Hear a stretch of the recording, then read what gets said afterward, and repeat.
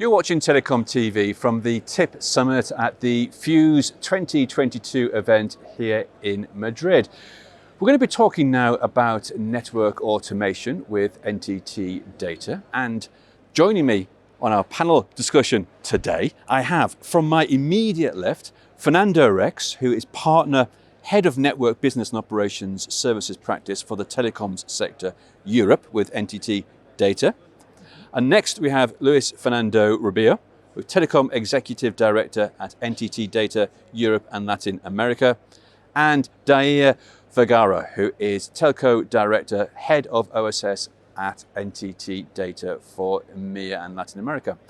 Welcome all three of you. Now, before we get into too much detail about network automation, this is the TIP Summit, so I wanted to ask a few questions about your involvement and involvement in TIP and what TIP brings to you. So Dahyr, maybe I could ask you first, why is NTT DATA a TIP participant? Thank you for your question. NTT DATA has been part of TIP since quite a bit of time. At the beginning, mostly because there were operators there, our customers, of course, and also some partners.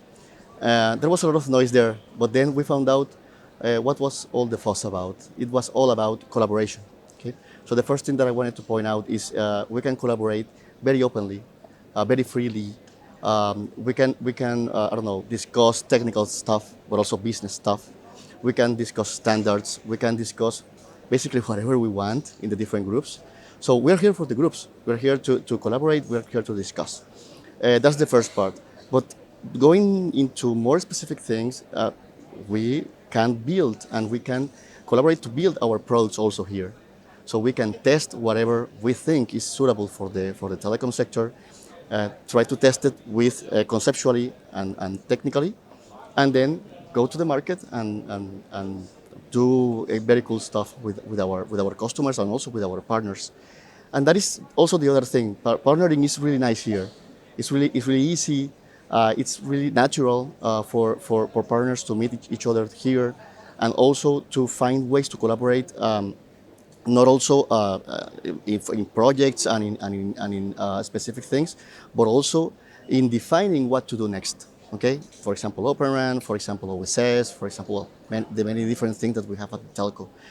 And last but not least, I think it's very important to keep in mind that we discuss here about sustainability, and that is at the very core of our organization.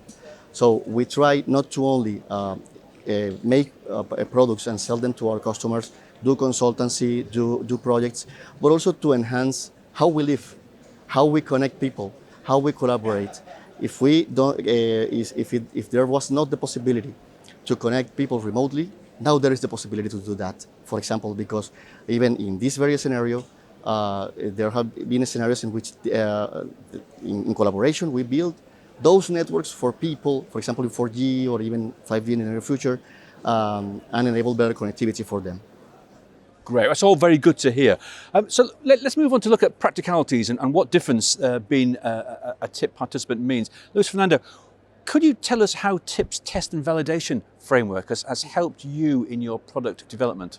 Yes, it's something crucial, okay, because we are seeing that telco industry is moving towards the disaggregation, the virtualization. So we know that CSPs has to expand their vendor ecosystem. Therefore, they have to engage with new vendors, with new service providers. So for us as system integrators, it's key for gathering, for joining all together to harmonize the different specification of the standardization bodies. Okay, so we can understand which pieces with modules are in a better mature scenario. Okay, so we can, in this sense, we can advise, we can recommend the CSPs which combination of vendors, of solution coming from vendor is the best for each use case, for each scenario deployment. So for us, it's an enabler, is something very relevant at the end to accelerate. Disaggregation scenarios where selecting the best of breed, the best solution coming from different vendors. That's good. And of course, we're here at the TIP Summit, which is in as part of Fyuz. Fernando, we're at the end of day one now. What have you got out of this event most, or are there still things you're looking forward to experiencing here? What we actually are looking forward the most is basically to take advantage of the opportunity that we have here today about sharing our experience, the work that we have been doing during the last year with our colleagues, with our clients, with our competitors. That basically is something that we don't have other opportunities to do, because actually we work in remote mode mostly. We work in collaborative mode, but to have this opportunity to have everybody together to show, in this case, we come this year with our sister company, NTT Docomo, and we show together to the market what we have been doing together in terms of adopting the O-RAN technology, in terms of investing on development of assets, in terms of showing, according to the experience that we have, what we did wrong or what we did well in this path. I guess is something that is very relevant, and well, actually is very exciting to be here, to have the chance to share all this knowledge and to receive also the inputs from our colleagues and clients in this event. And Dahyr, what's next for NTT Data in its open and disaggregated journey? That's a very good question. Actually, we could build several stuff here inside TIP. And collaboration, as I talked previously, collaboration between partners, customers, and even competitors is really nice, but also internal collaboration is enabled by TIP. So what we have built several products, several assets, several accelerators of projects. We are basically an SI. So we are all about telling our customers and trying to drive automation with them. So we're already there. We're already building declarative ways to deploy the network, to assess the network, to manage the network in general. Okay? So you can define, I don't know, a file that will tell you that you need, I don't know, this or that quality of service. And that will happen in the network. But we want to go beyond. Okay? So for example, in the case of Open RAN, we are looking for smart ways and intelligent ways to handle the RAN. Well, basically RAN intelligent controller, for example, we have our own SMO, for example. So we have all those things that have the possibility, and we know because we have demonstrated that it is possible to have really intelligent ways, really machine learning driven ways, artificial intelligence driven ways to manage that network or to handle that network. Okay, it is very nice and it is very good to have, I don't know, ways to back up the network dynamically or to deploy easily with clicks. For example, we have a customer that does their provisioning very easily, also with clicks for internet in the houses of their customers. We're already there, so we wanna what we are foreseeing in all the organization from Japan to Chile is with all our telecom team is to have this really implement this automated way or this intelligent way to handle communication. Okay, that will of course make it easier for us to go to the market, but it will also, and this is very important for us, make it also more easy for the customers to access connectivity. Okay, so that's basically our journey in a high level. Okay? So why network automation? Fernando, what's going on in the industry at the moment? What are the challenges that make network automation so important? Well, network automation in the context of open networks and disaggregated networks is very relevant. We have been talking about network automation for many years, but for a different purpose. No? Basically, from many years ago, we started automating the network operations and network deployment of the different domains, but with the purpose of reducing the cost of this activity, no? In order to reduce the people allocated for executing these activities. And that was a very good purpose, but it's something different what we need today. We are talking about open, disaggregated networks that provides a functionality that in real time has to be configured and reconfigured many times in order to provide the functionalities that are required. This means that we need a very high level of automation Even we would talk about autonomous decisions in terms of network management. And this is a different purpose, because it is not only about cost, it's also about new features, new services that we can provide to the clients, and that requires this high level of automation. This opens the door to a new portfolio of services that we can provide to the clients, something that didn't happen before, because we were not able to provide, for instance, the capacity, the ability to the clients to configure in real time their own services, to ask for additional quality, additional capacity, something that is possible today, thinking about the network that we are trying to deploy and we are all here trying to promote, and that will open the doors for a new scenario, not only focus on efficiency, but also thinking in a potential smart usage of the capacity, and well, in short term, the ability to provide a new portfolio of services to our clients. Well, let me ask Luis Fernando the same question. Why network automation, and why is it relevant now? Network automation is mandatory today. I mean, if we are moving towards a virtualized, disaggregated network, these networks are going to be much more complex. In fact, in traditional network automation is kind of an enabler of cost optimization. I mean, if you want to optimize the total cost of ownership, you have to move toward the network automation. But right now, in the future, with 5G, for instance, 5G, we will have much more density in the radio access network. We are talking about B-RAN, C-RAN. We are moving the cloud to the far edge. That means that if we want to leverage the flexibility of the cloud, we need to automate the operation of this cloud platform. So it's mandatory. In this aggregated network is also the same. I mean, we will have different vendors, different levels, different layers. We have the infra, the virtualization platform, the network elements. So it's going to be impossible to handle, to manage so many components, so many levels without network automation. So it's a survival matter. Yeah. It's that important. Yeah. So what about coming back to how TIP is helping? Dahyr, which of the TIP scenarios have you found to be most useful in order to achieve significant automation? That is also a really good question, because TIP has several scenarios. Some of them are formal, and some of them are informal. And that is a very good thing, because that gives freedom to the people collaborating, basically collaborating. One of the scenarios that we have found, for example, was the possibility to test an open source core, in an operator, in collaboration with several companies. Okay, so we had a real scenario there.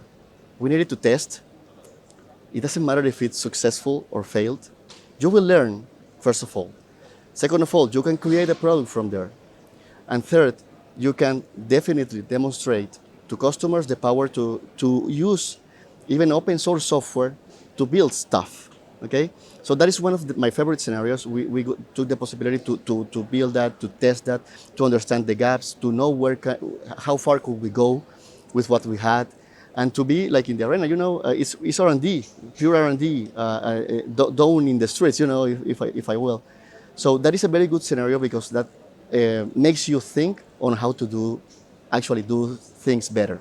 Okay, and how to create connectivity for more people. Okay. There are other more formal scenarios. There are, for example, one of the groups, we are in 5 groups. That's many groups for us, but we like to do it. People like to be involved in there. So in the groups specifically, there are goals that are really, that we need to define. We get to define the goals, and we need we get to tackle the goals that we define ourselves in collaboration with others. Okay.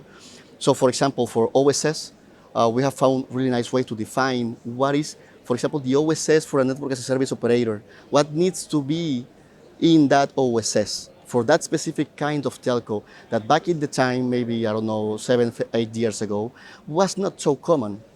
It's not now more common, So we understood that that is a common thing, that we needed to collaborate and we needed to come up with the minimum and the desired requirements for an OSS, specifically for that case.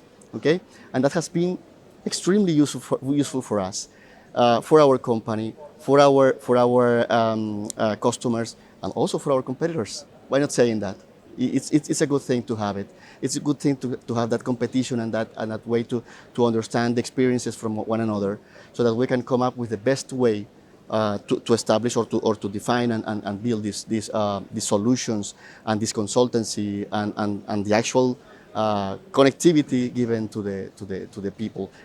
Of course, in this specific case, we're talking about OSS automation, no? And of course, the last one, last but not least, this scenario, this Fyuz. Fyuz is a really nice scenario.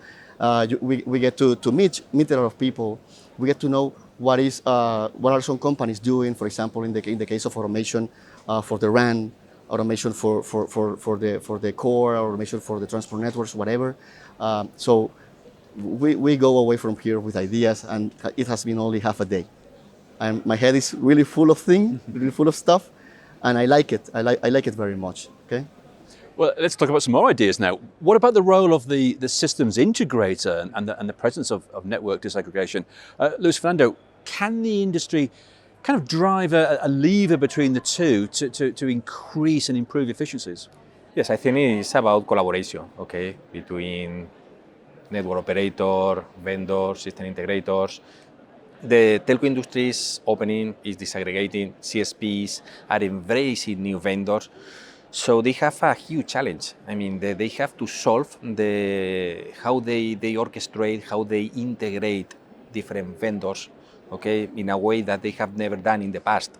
Okay, so they are facing this pressing challenge, and they have to solve in the very short term. If they really want to leverage and to benefit from the network virtualization, virtualization. And we as system integrator, we've been over the years helping